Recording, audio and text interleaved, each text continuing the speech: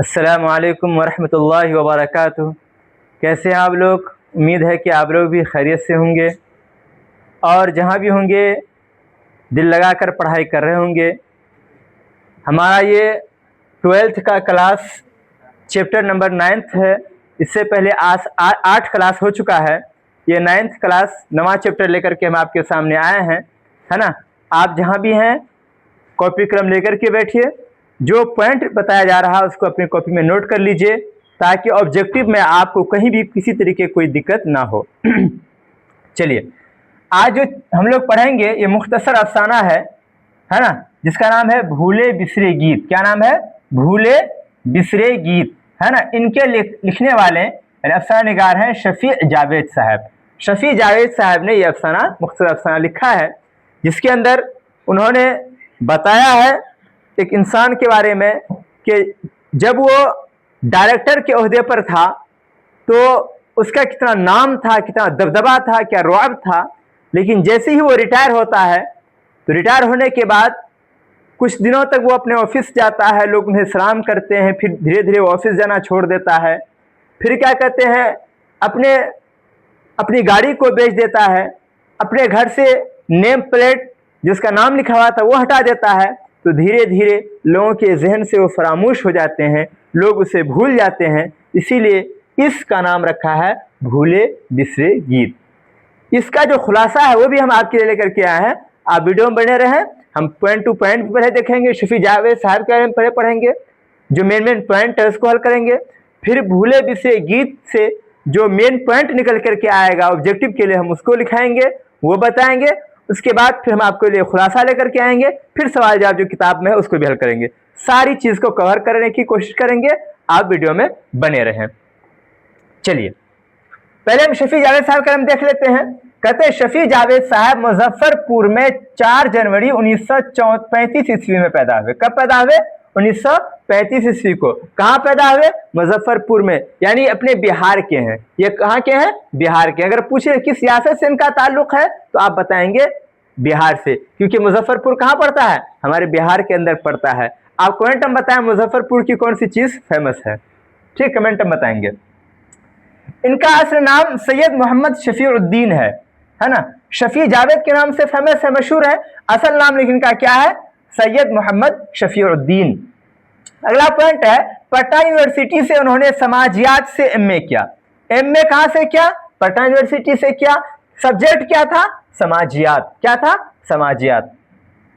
1953 ईस्वी में दरभंगा के माहनामा उफुक में शफी जावेद साहब का पहला अफसाना आर्ट और तंबाकू शाये हुआ। इसमें कितने पॉइंट हैं? ऑब्जेक्टिव देखना बन सकता है। सबसे पहला ये ऑब्जेक्टिव बन सकता है कि बताइए उनका पहला अफसाना कब शाये हुआ। तो आप सन याद रखें 1953 में। किस माहनामा में शाये हुआ? तो आप बताएंगे उफुक में। उफुक माहनामा था। और फिर अगर पूछ लेगा ये उफुक जो था वो रिसाला माहनामा था कि रोजनामा था, तो आप बताएंगे माहनामा था। कितने पॉइंट बन रहे हैं। फिर आपसे पूछ लेगा बताइए कि उनका पहला अफसाना कौन सा था, तो आप बताएंगे आर्ट और तंबाकू। आर्ट और तंबाकू उनका क्या था? पहला अफसाना था। ठीक है, कोई दिक्कत? क्लियर है ना। आगे चलिए, आगे चलते हैं।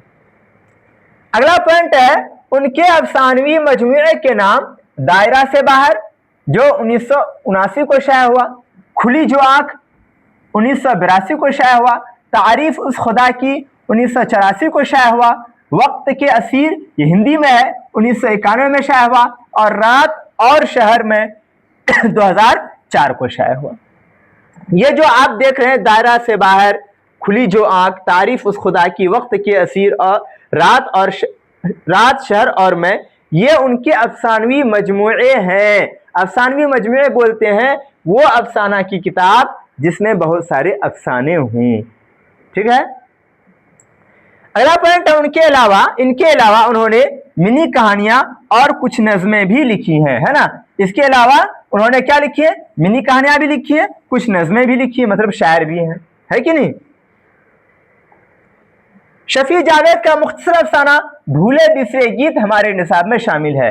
अगर पूछ रहे बताइए शफी जावेद साहब का कौन सा अफसाना, शफी जावेद साहब का कौन सा अफसाना आपके निसाब में है? कौन सा अफसाना आपके निसाब में है तो आप बताएंगे उनका अफसाना भूले बिसरे गीत हमारे निसाब में है। ठीक है, भूले बिसरे गीत।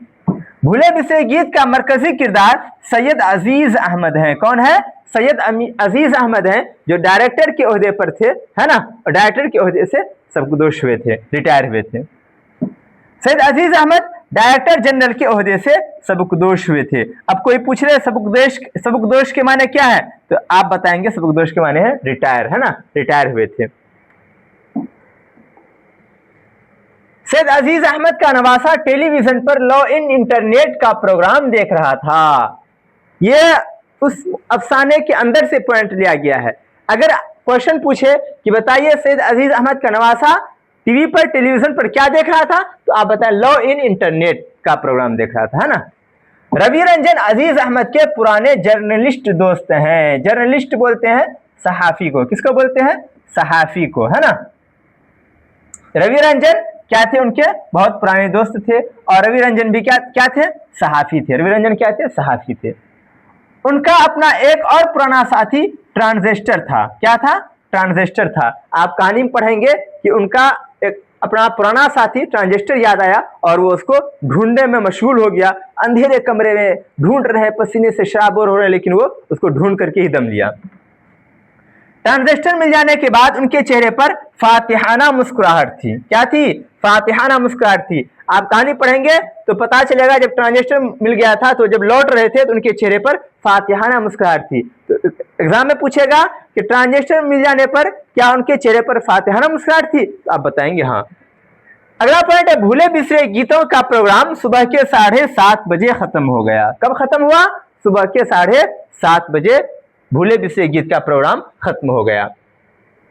अब जो भूले बिसरे गीत जो एक मुख्तसर अफसाना है, गीत समझ के आप ये नहीं समझिएगा कविता है, नज़म है, नहीं, ये क्या है? मुख्तसर अफसाना है। क्या है ये? मुख्तसर अफसाना। सिन्फ के एतबार से क्या है? मुख्तसर अफसाना है। आप कविता वगैरह मत चले जाइएगा गीत देख करके, है ना, धोखा नहीं खाइएगा। चलिए अब खुलासा देख लेते हैं। भूले बिसरे गीत शफी जावेद का मुख्तसर अफसाना है जिनमें रिटायर के बाद तन्हाई की जिंदगी के बारे में रोशनी डाली गई है ना। आमतौर पर आप देखेंगे जब इंसान जब तक क्या कहते हैं मुलाजमत में रहता है, नौकरी करता है, तब तक बिल्कुल तंदुरुस्त रहता है। जो ही रिटायर होता है लगता है कि सैकड़ों बीमारी ने उसे घेर लिया है। क्यों? कि वो एक काम से जब छूट जाता है, घर पे रहता है पड़ा है ना, पड़ा रहते रहते वो क्या होता है? बीमार पड़ जाता है। जहन डाइवर्ट नहीं होता है, माइंड यही रहता है, तो इसीलिए क्या होता है? धीरे धीरे हर तरह की बीमारी उसको घेर लेता है। वही इनके साथ भी हुआ, देखिएगा अभी। कहानी इस तरह है कि सैयद अजीज अहमद को डायरेक्टर जनरल के ओहदे से रिटायर हुए तकरीबन 10 साल हो चुके थे। कितने हो चुके थे? 10 साल, याद रखिएगा। कुछ दिनों तक दफ्तर में आना जाना लगा रहा, उनके मातहत उन्हें सलाम करते रहे। कुछ दिनों के बाद दफ्तर आना बंद हो गया, है ना। कुछ दिनों के बाद दफ्तर भी जाना उनका बंद हो गया और गाड़ी रखना छोड़ दिया। फिर धीरे धीरे उन्होंने क्या कर दिया? गाड़ी भी रखना छोड़ दिया। लोगों से मिलना जुलना भी कम हो गया, तो लोगों ने उन्हें फरामोश कर दिया। फरामोश मतलब भुला दिया। अजीज साहब गोशानशी होकर रह गए थे और घर की नेम प्लेट पर सिर्फ अजीज अहमद लिखा रह गया। इससे बड़ा नुकसान यह हुआ कि लोग ये भूल गए कि कोई सैयदजादे डायरेक्टर जनरल हुआ करते थे। अब अजीज अहमद साहब सिर्फ चचा जान या नाना जान बनकर रह गए थे। अब अजीज साहब तन्हा रहने लगे थे, है ना। अब अजीज साहब तन्हा रहने लगे थे। तन्हाई में उन्हें पिछला जमाना याद आने लगा। माजी के झरोके में उन्हें अपना शानदार जमाना फिल्म की मंजर की तरह घूमता नजर आया, है ना। जैसे फिल्म में सारे मंजर, है ना, नजर आते हैं, उसी तरह उन्हें भी अपना माजी जो है फिल्म के मंजर की तरह एक के बाद दूसरे सीन, एक के बाद दिगरे सीन मंजर उनकी निगाहों के सामने घूमता गया। अपने जवानी का और अपने दौर का, जब वो क्या था? डायरेक्टर था, उनका एक दबदबा था, रुआब था, है ना, एक वजहत थी, उनकी रुतबा था, वो, है ना। माजी के समंदर में गोता लगाते लगाते उन्हें नींद आने लगती और ऊँघने लगते। फिर दिल बहलाने के लिए टीवी के पास चले जाते ताकि न्यूज सुने, लेकिन टीवी पर उनका नौजवान नवासा लॉ इंटरनेट का प्रोग्राम देख रहा होता है। खबरों का इंतजार करते करते वो ऊँघने लगते। नवासा को उसकी कोई परवाह ना होती, है ना। वो कहते हैं टेलीविजन के पास आते, टेलीविजन के रूम में आते कि हम भी कुछ न्यूज सुनेंगे, दिल बहला लेंगे। उनका नवाज सलो इंटरनेट का प्रोग्राम देख रहा होता है, ये नहीं सोचता है गाना आया है तो उसकी भी कोई चाहत है देखने की, वो उसकी तरफ ध्यान ही नहीं देता है। अजीज अहमद साहब टीवी के पास से उठकर चले जाते हैं, दूसरी तरफ उनकी बीवी और बेटे उन्हें चैन से बैठने नहीं देते और कुछ कमाने का मशवरा देते हैं, है ना। क्योंकि घर में पड़े पड़े बीमार रहते थे, बीमार रहने की वजह से घर की आमदनी बंद हो गई थी, गुजर बसर बहुत मुश्किल से होता था। तो उनकी बीवी और उनके बेटे उन्हें कमाने का मशवरा देते, है ना। उन्हें दौलत का फलसफा समझाते कि दौलत ही असल चीज है ना। रुतबा मर्तबा कुछ नहीं होता जब तक आपके पास दौलत ना हो। इसी सोच और फिक्र में अजीज अहमद साहब बीमार पड़ गए। क्या पड़ गए? बीमार पड़ गए। डॉक्टरों ने उन्हें सिगरेट नोशी से मना किया। किससे मना किया? सिगरेट नोशी से मना किया और मुकम्मल आराम का मशवरा दिया, मुकम्मल आराम का मशवरा दिया। गोया अजीज अहमद भूले बिसरे गीत बन चुके थे। क्या बन चुके थे? भूले बिसरे गीत बन चुके थे। अजीज अहमद बिल्कुल तन्हा रह गए। तन्हाई का साथी सिगरेट भी उनसे छूट गया था। डॉक्टर ने मना कर दिया कि सिगरेट नहीं पीना है। ऐसे में उन्हें अपना एक पुराना साथी ट्रांजिस्टर याद आया।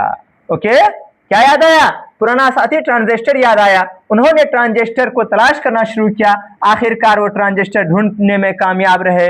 उनके चेहरे पर फातिहाना और अबदी मुस्कुराहट थी। फातिहाना और अबदी मुस्कुराहट थी। सुबह के 7:30 बजे भूले बिसरे गीत का प्रोग्राम खत्म हो चुका था। भूले बिसरे गीत का प्रोग्राम खत्म हो चुका था। ठीक है, ये उस मुख्तसर अफसाने का खुलासा है। आप किताब को एक बार खुलासा को कहते हैं, कहानी को एक बार ज़रूर पढ़ेंगे। बहुत दिलचस्प कहानी है। इंसान की नफ्सियात को बहुत अच्छी तरीके से शफी जावेद साहब ने पेश किया है इस कहानी में। अब आपके किताब में जो सवाल जवाब है उसको हम थोड़ा देख लेते हैं। सवाल नंबर 1, डायरेक्टर जनरल सैयद अजीज अहमद लोगों के जहनों से कैसे फरामोश हो गए, कैसे भुला दिए गए? लोगों के जहन से वो धीरे धीरे कैसे गायब हो गए? जवाब, सैयद अजीज अहमद डायरेक्टर जनरल के ओहदे से सबकदोश होने के बाद गाड़ी रखना छोड़ दिया था, लोगों से मिलना जुलना भी कम कर दिया था और अपने मकान पर नेम प्लेट भी सिर्फ अजीज अहमद का लगा रखा था। इसलिए लोगों के जहनों से वह फरामोश हो गए। लोग ये भी भूल गए कि उनका ताल्लुक सादात घराने से था। किस घराने से था? सादात घराने से था।